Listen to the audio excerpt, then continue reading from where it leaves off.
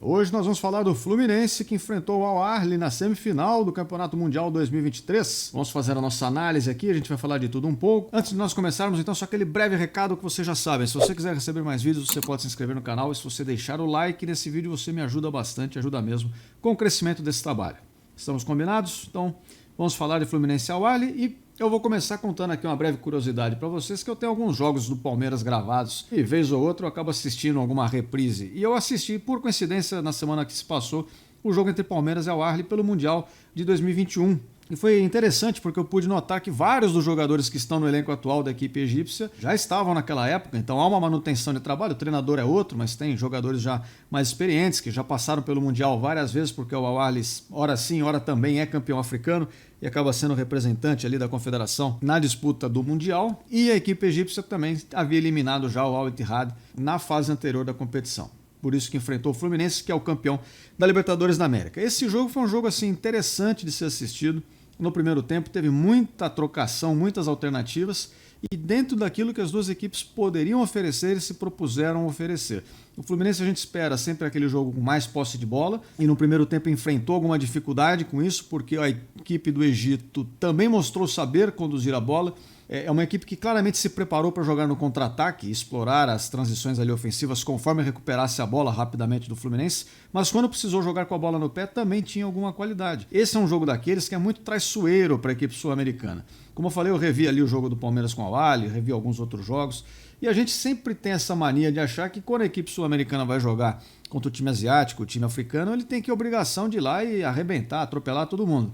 E não é bem assim que acontece. Muito rotineiramente, eu diria que na grande maioria das vezes são jogos muito difíceis e às vezes até com surpresas, né? Ou nem tão surpresas assim, mas várias vezes as equipes da América do Sul acabam inclusive nem chegando à final. Então não era um jogo fácil para o Fluminense, que precisava entrar atenta desde o começo e levar o jogo com muita seriedade. Como eu falei para vocês, o Al-Ahly já é uma equipe que tem até uma certa tradição aqui em competir com o Mundial de Clubes, então eles não se intimidam muito, eles já estão mais acostumados, mais ambientados com esse clima que se leva em torno disso. E ainda nesse primeiro tempo, embora o Fluminense tenha conseguido chegar duas vezes com a bola na trave ali com o John Arias, o que certamente foi um grande susto, né? Quase gol por duas vezes, quem conseguiu ser mais incisivo, assim, gerar o lance mais agudo da partida foi o Al-Ahly, que saiu na cara do gol no cabeceio do seu atacante, que não conseguiu desviar, né? Ele acabou cabeceando reto em cima do Fábio, mas naquela condição, se ele conseguisse tirar do goleiro, seria quase impossível do Fábio fazer a defesa. Então o Fluminense também correu perigo e no primeiro tempo cedeu muita chance, né? Perdeu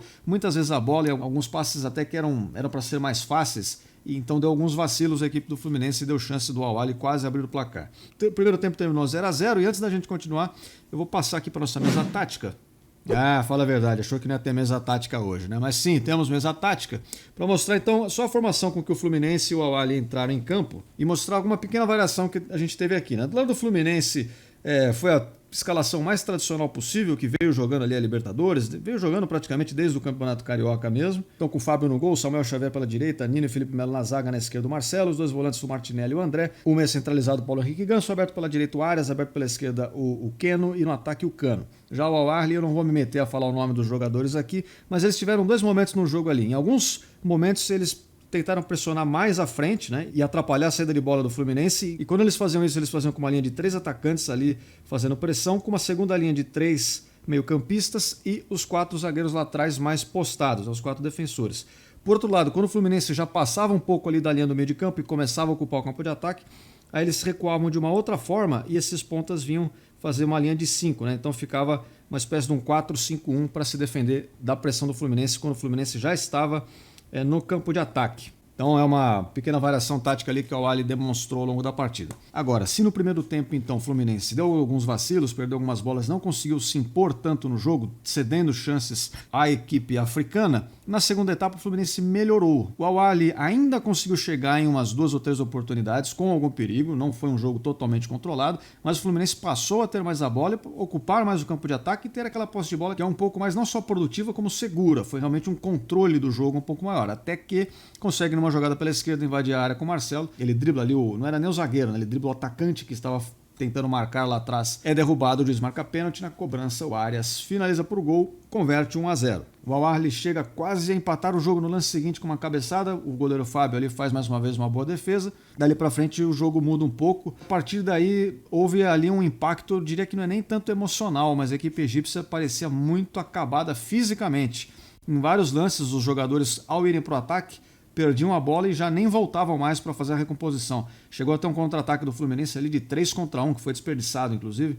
Mas mostrava que a equipe do Egito já não tinha mais recomposição, não estava mais marcando com intensidade e não tinha muita força para sair para o campo de ataque. Então o Fluminense conseguiu, depois do seu gol, ampliar ainda com uma segunda oportunidade, se aproveitando já desta vulnerabilidade da equipe adversária. E, claro, é importante ressaltar aqui, eu sei que eu já falei, mas para não perdermos de vista, o porquê dessa diferença física tem como parte da explicação não só a intensidade do jogo, mas o fato do Al Ahly já ter jogado uma partida antes e o Fluminense não. O Fluminense teve uma semana ali limpa, né, para se preparar, enquanto os egípcios precisaram eliminar uma equipe árabe lá para chegar a esta fase da competição. Então talvez isso tenha pesado também nessa diferença de vigor físico entre as duas equipes. No frigir dos ovos, no final das contas, o Fluminense conseguiu fazer o que precisava para passar de fase. Eu acho que não foi assim uma grande partida, mas a gente sabe o quanto esses jogos são duros. Psicologicamente, as equipes sul-americanas costumam sofrer bastante nesse tipo de decisão, até porque chegam lá raramente, né? É muito difícil a gente ver o mesmo time sul-americano chegando ano após ano para competir e ganhando aquela casca. Então, quando o cara vai, ele acha que é a chance da vida dele, cria-se todo um peso ali em cima da situação. O cara começa a lembrar da infância dele sofrida, da época que ele se vestia de Teletubby para vender algodão doce na praia, aquela coisa toda.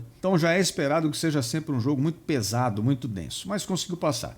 Agora fica aquela perspectiva aí para um jogo de uma final eventual contra o Manchester City, que tem a obrigação de vencer ainda a equipe do Urawa Reds. Vai ser uma contraposição interessante de nós vermos, não só mais uma vez um time sul-americano contra um time europeu, mas o estilo do Guardiola contra o estilo do Fernando Diniz. São duas escolas ali diferentes. Embora tenha alguns elementos em comum, às vezes, do que fazer com a bola, tem outros que são totalmente contrários em termos da movimentação e do posicionamento dos jogadores. Então vai ser um jogo curioso de ver, por isso eu torço para o Manchester City chegar na final, até para a gente ter um jogo de melhor qualidade também, né? Mas é isso, meus senhores. O Fluminense conseguiu fazer o seu papel, vai chegar à final. Foi um jogo vencido de forma limpa, portanto merecido mais uma vez. E eu só deixaria esse alerta que o Fluminense perdeu algumas bolas ali, podem comprometer muito facilmente a equipe se jogarem contra alguém mais forte.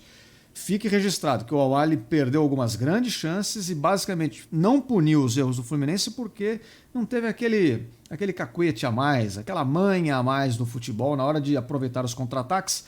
Apesar de conseguir sem velocidade, trocar bem os primeiros passes que fazem a transição e deixam alguém em condição de tomar uma decisão, de dar um passe, finalizar para o gol, essa decisão foi tomada na maioria das vezes de uma forma muito ruim. Os atacantes do Al Ahly têm muito a lamentar, porque sempre que o jogador estava livre pela esquerda, ele tocava para o da direita. Sempre que o cara estava livre na direita, ele tocava para o da esquerda. E ao mesmo tempo, quando era para passar, chutava. Quando era para chutar, passava. Aquela coisa de sempre. Quem é torcedor do Palmeiras está muito acostumado com esse tipo de situação, sabe vendo o que estamos falando aqui. Mas enfim, é isso. Ficamos no aguardo para a final. Eu espero todos vocês aqui em breve também. Não se esqueçam de se inscrever no canal para receberem mais vídeos. Até a próxima. Fui!